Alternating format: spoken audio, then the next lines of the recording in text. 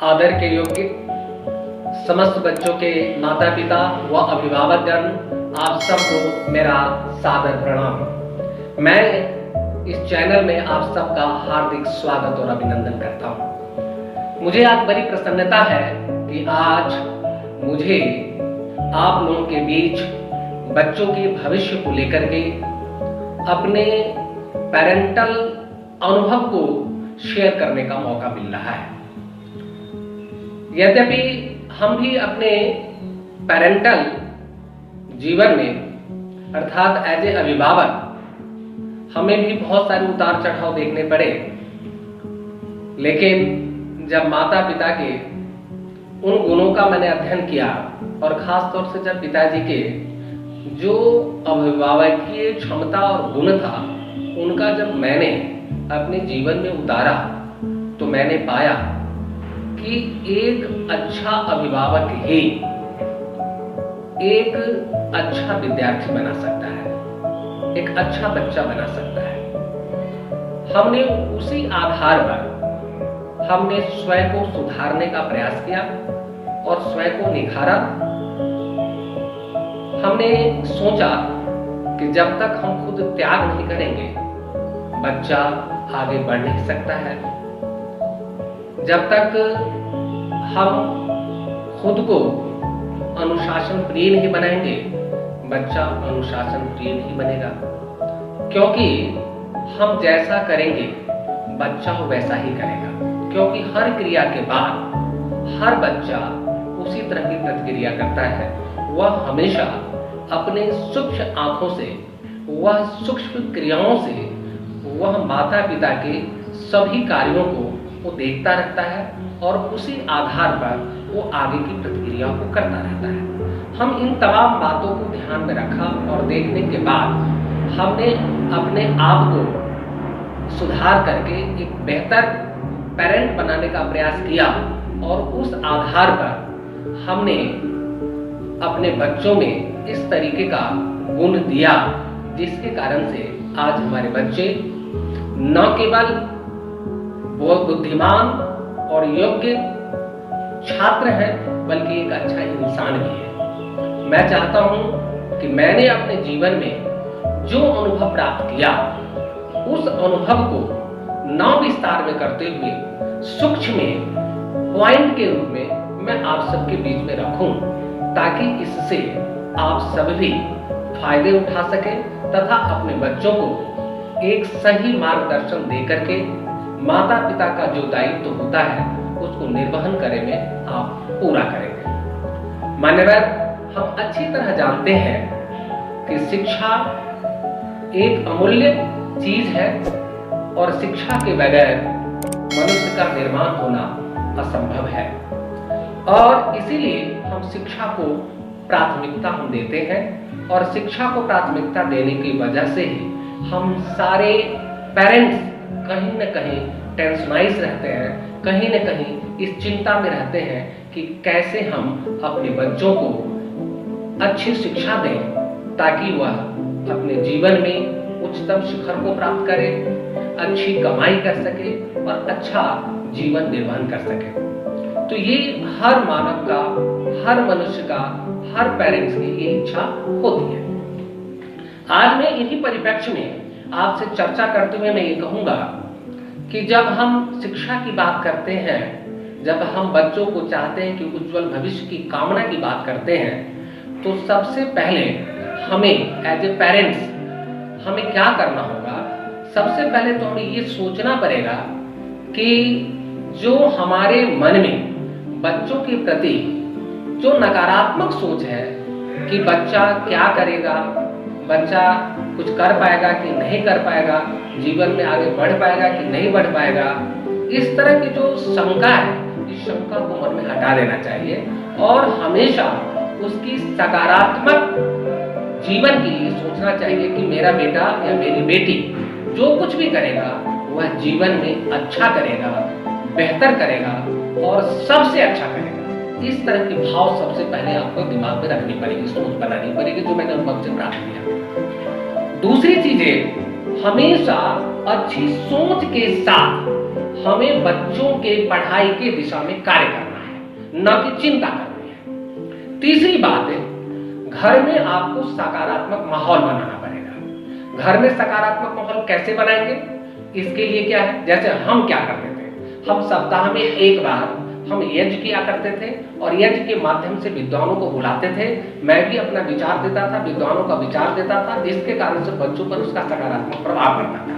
ठीक उसी तरीके से आप क्या करें, विद्वानों के संगत में आए, है ना, प्रेरणादायक कहानियां बच्चों को कहें। इसके अलावा घरों में प्रेरणादायक चित्र बनाए, आदर्श पुरुषों का चित्र रखें, ताकि बच्चों का उस पर प्रभाव जाए, तो निश्चित रूप से एक सकारात्मक सोच वाला ये घर बनेगा। तीसरी बात यह है कि नेक्स्ट जो हमारी बातें हैं, वो कभी भी हम परिवार में इस तरह की बात ना रखें कि वाइफ हस्बैंड के बीच में तर्क वितर्क हो रहा है, वो बच्चों के पास जाए।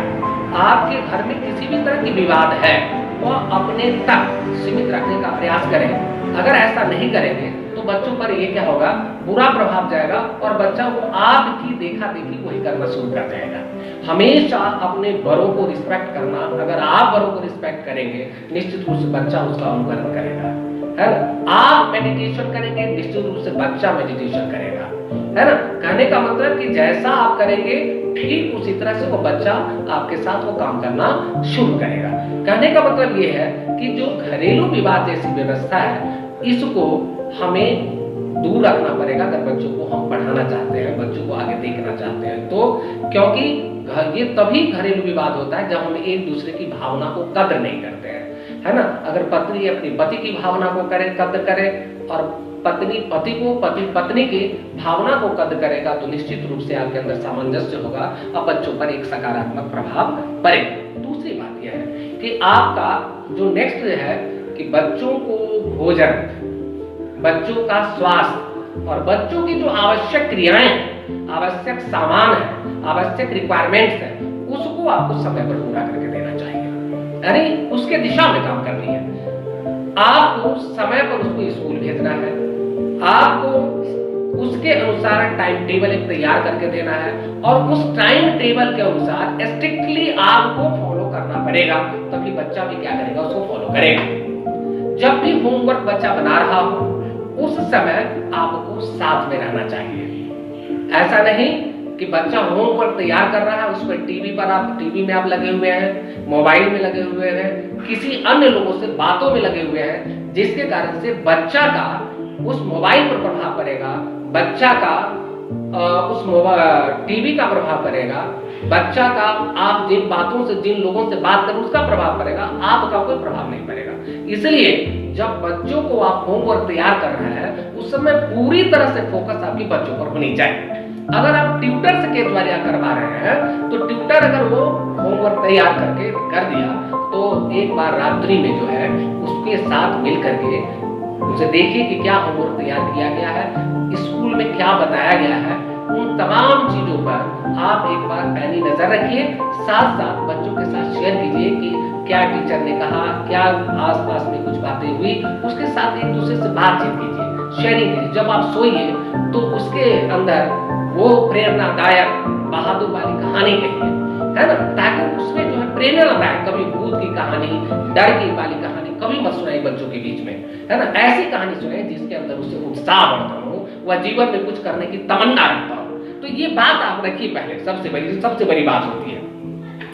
आप अगर शुरू से साथ रहेंगे और उसके साथ आप बैठ के काम करेंगे, तो निश्चित रूप से उसका बेस स्ट्रांग हो जाएगा, अर्थात उसका जो बेस कह सकते हैं, उसका जड़ कहते हैं, वो मजबूत हो जाएगा, तो आगे पढ़ने में, याद करने में उसको दिक्कतें नहीं आएगी। दूसरी बात यह है कि जो नेक्स्ट बातें हैं कि जो सब पेरेंट्स टीचर की जो मीटिंग होती है, उस मीटिंग में आप जरूर जाएं, ताकि टीचर्स ने आपको जो कहा और आपने अपनी बातें जो रखी, दोनों मिलकर के उसको आप शेयरिंग करें और उस आधार पर बच्चों के साथ आप कार्य करना शुरू करें। ये नहीं कि पेरेंट्स ने अगर आपको जो टीचर्स ने आपको शिकायत कर दी, आते ही उसको पिटाई करना शुरू कर दी, इस तरह की प्रतिक्रिया आपको नहीं करनी है, बल्कि कि पोलाइटली उसको बड़ा ही सकारात्मक सोच के साथ उसके साथ आपको बिहेव करना है। दूसरी बात यह है कि जब भी आप बच्चा कुछ अच्छा कर रहा हो या कुछ बुरा कर रहा हो, है ना, या किसी भी तरह की बात वो कह रहा है, उसकी बात को आप गौर से सुनिए, अगर आप गौर से नहीं सुनेंगे और तुरंत उसको प्रतिक्रिया देना शुरू कर देंगे तो बच्चा पर इसका आघात पहुंचेगा।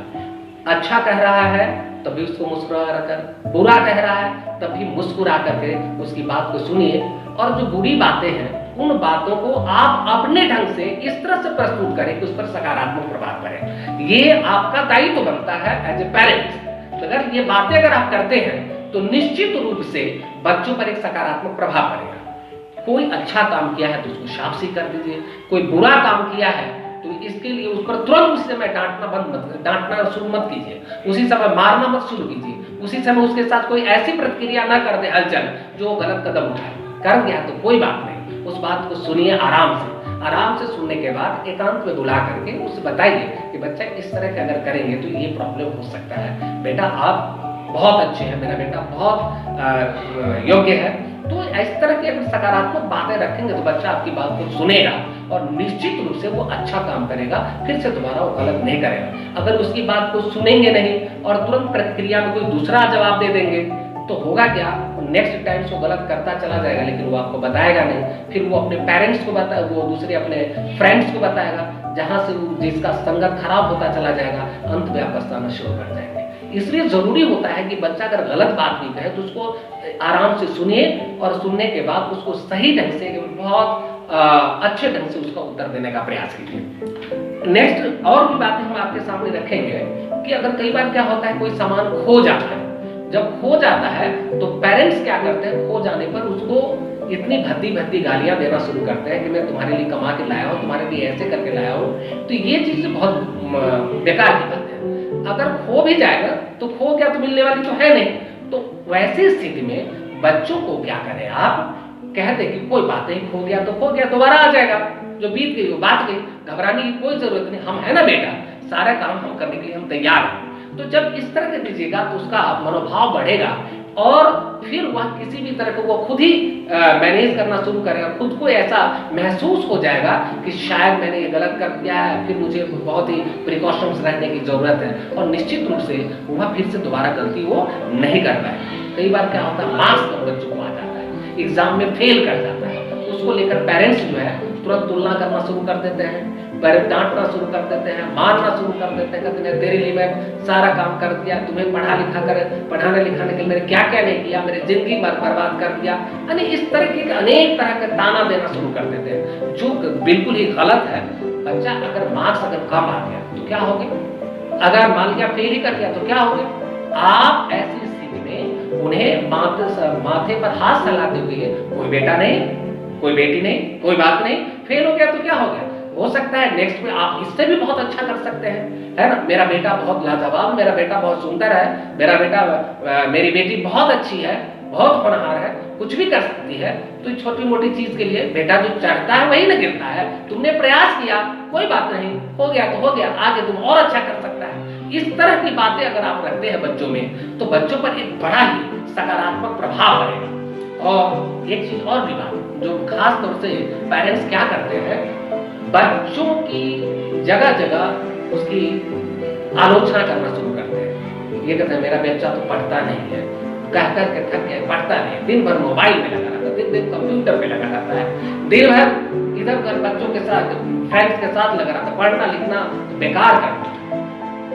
टीचर आता है उसके सामने भी उसकी शिकायत कर देते हैं, कोई पब्लिक कोई आता है उसके सामने शिकायत कर देते हैं, है ना, बैठा रहता है उस समय भी ट्रैक्टर कहते रहते हैं पढ़ पढ़ पढ़, इस तरह की शिकायत करते रहते हैं। इन तमाम चीजों उसको इरिटेशन हो जाता है और फिर वो कहता है मुझे नहीं मन लगता पढ़ने में, नहीं मैं पढ़ूंगा। तो इस तरह की बातें जब हो तो ऐसी स्थिति में बहुत जरूरी हो जाता है, पेरेंट्स का एक बहुत बड़ा यहाँ पर है कि भूल कर भी अपने बच्चों को शिकायत न करे, आलोचना न करे, उसकी क्रिटिसिज्म न करे। अगर कोई बात नहीं, कमजोर है तो कोई बात नहीं, अगर कोई पूछता भी है नहीं हमारा बेटा तो बहुत अच्छा है, बच्ची हमारी बहुत अच्छी है, अपनी सामर्थ्य से अधिक मेहनत ये करता है और आज भी वो पढ़ता रहता है ना। तो ये जो भी है, और हर व्यक्ति किसी न किसी गुण में क्या होता है आगे बढ़ता है ना। तो हमारा बेटा इस चीज में बहुत आगे है, किसी न किसी चीज को कुछ प्रशंसा कीजिए, है ना। जब प्रशंसा कीजिएगा तो उसके अंदर ऑटोमेटिक एक सकारात्मक प्रभाव आएगा और वह कभी भी आपके विमुख नहीं जाएगा। यानी आप उसको अगर रिस्पेक्ट दीजिएगा तो वो आपको हर क्षण वो रिस्पेक्ट देता रहेगा, क्योंकि बच्चा हर चीज को बड़ी सूक्ष्म ढंग से सुनता है, देखता है, अनुकरण करता है। इसलिए ये बातें आपको रखना पड़ेगा। दूसरी बात यह कि एक घर में दो बच्चे होते हैं, एक बहुत टैलेंटेड होता है, वो कम टैलेंटेड होता है। तो वहां पर क्या होता है, पेरेंट्स कभी तुलना करने लगता है, देख वो भाई देख तुम्हारा क्या कर रहा है, और ये भाई देख तुम्हारा क्या कर रहा है, ये तुम देख क्या कर रहे हो। ये चीजें तुलना नहीं करना चाहिए, क्योंकि तुलना करना ये बहुत बड़ा अवगुण है, महापाप है। इसका मतलब है कि दो भाइयों के बीच में द्वेष पैदा कर रहे हैं। ये लगता है कि दो भाइयों के बीच में कंपटीशन ला रहे हैं। जो एक भाई जिस चीज में आगे है तो दूसरा दूसरे चीज में आगे है। ये कोई जरूरी नहीं उसमें जो गुण है वही गुण दूसरे में भी हो।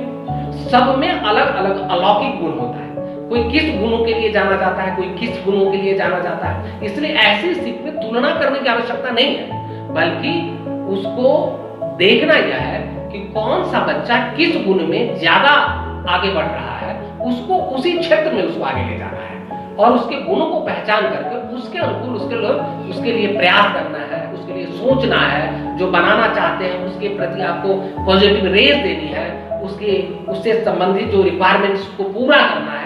देखिए तो वो भी आगे निकल जाएगा, वो भी निकल जाएगा। हर व्यक्ति के अंदर एक अलौकिक गुण होता है, अलौकिक क्षमता होता है, जो अपने अपने संस्कार से लेकर के जन्म लेता है, लेकर के आता है। इसलिए ऐसी स्थिति में कभी भी एक दूसरे से तुलना नहीं करनी चाहिए। पेरेंट्स के लिए सभी समदर्शी है, समान है, सब बराबर है ना। ये बातें रखना चाहिए। कभी भी एक ही बात को बार बार नहीं दोहराना चाहिए, है ना। बार बार दोहराने से इरिटेशन हो जाती है, और इरिटेशन हो जाने पर बच्चे में क्या आ जाती है, वो इस तरीके का अवगुण पैदा होने लगता है। कहता बार बार पापा यही कहते हैं, बार बार मम्मी यही कहते हैं, मैं तो ना करता। तो इरिटेशन जो आ जाएगा तो बच्चा जो चाहता है भी करना भी नहीं करेगा। एक सामान्य रूप से एक से दो बार कह दीजिए, फिर उसको पॉजिटिवली अपनी बात को आप रखिए, है ना। इसके सबसे जो अहम बात है कि आप क्या करते हैं, उनके दोस्तों को कदर नहीं करते। उनका कोई भी दोस्त है, अगर उसके दोस्त अपने साथ लेकर के आता है, उनको रिस्पेक्ट कीजिए। जब उनको कद्र कीजिएगा तो निश्चित रूप से वो दोस्त भी उसको कद्र करेगा और उसको लगेगा कि मेरे दोस्तों को कद्र किया जा रहा है। तो आपके प्रति उसका भी स्वभाव जगेगा और दोस्तों का भी स्वभाव जगेगा। और कल होकर के किसी तरह की बात भी हो जाती है तो जो लोग आते जाते रहते हैं उससे आसानी से पता लगा लीजिए कि कौन दोस्त किस किस दोस्त के साथ कहाँ था, है ना। तो आसानी से पता लगा करके आप कई तरह के घटनाओं से भी आप क्या हो सकते हैं, निवृत्त हो सकते हैं। इसलिए उसके दोस्त जो आते हैं, कैसा भी दोस्त है, और किसी भी दोस्त को बुरा मत कहिए। सभी दोस्त अच्छे होते हैं। उसको जो है ना सकारात्मक सोच के साथ अगर उसके साथ व्यवहार करेंगे तो निश्चित रूप से वह बच्चा भी अच्छा बन जाएगा। तो ये भाव होनी चाहिए। जब इस भाव से अगर बच्चों के सामने आप रखेंगे तो निश्चित रूप से आपका बच्चा एक बच्चा ही नहीं रहेगा, बहुत ही अच्छा मानव बनेगा, बहुत ही अच्छा व्यक्ति बन जाएगा। इसीलिए हमारा ये कहना है कि अच्छी शिक्षा वही है जिससे बच्चों में ज्ञान के साथ साथ खुशी। और दूसरी बात यह है, हमारा जो मानना है कि बच्चों को टैलेंट के साथ साथ डिसेंट बनाना चाहिए, जिससे वह न केवल विद्वान ही बने बल्कि एक महामानव बने। और महामानव जब बनेगा तो निश्चित रूप से उसके अंदर आत्मीयता आएगी, व्यक्तित्व आएगा। न केवल वह अपना उज्जवल भविष्य करेगा, परिवार का उज्जवल भविष्य करेगा, समाज का उज्जवल भविष्य करेगा, और पूरे राष्ट्र और पूरे विश्व के लिए एक महान व्यक्तित्व के रूप में जाना जाएगा। तो इसलिए मैं अपनी बात को यहीं पर रखते हुए आप सबसे निवेदन करता हूं कि जो मैंने बातें रखी हैं उन बातों को बच्चों के साथ अप्लाई करें। निश्चित रूप से वह बच्चा देश का, समाज का, राष्ट्र का तथा अपना उज्जवल भविष्य तो कर ही लेगा, साथ साथ सबके मानवता के हित का और एक कल्याणकारी नागरिक के रूप में घोषित होगा। इन्हीं शब्दों के साथ आप सबको बहुत बहुत धन्यवाद। फिर से मेरा हार्दिक अभिनंदन, स्वागत, बहुत बहुत धन्यवाद आप सबको।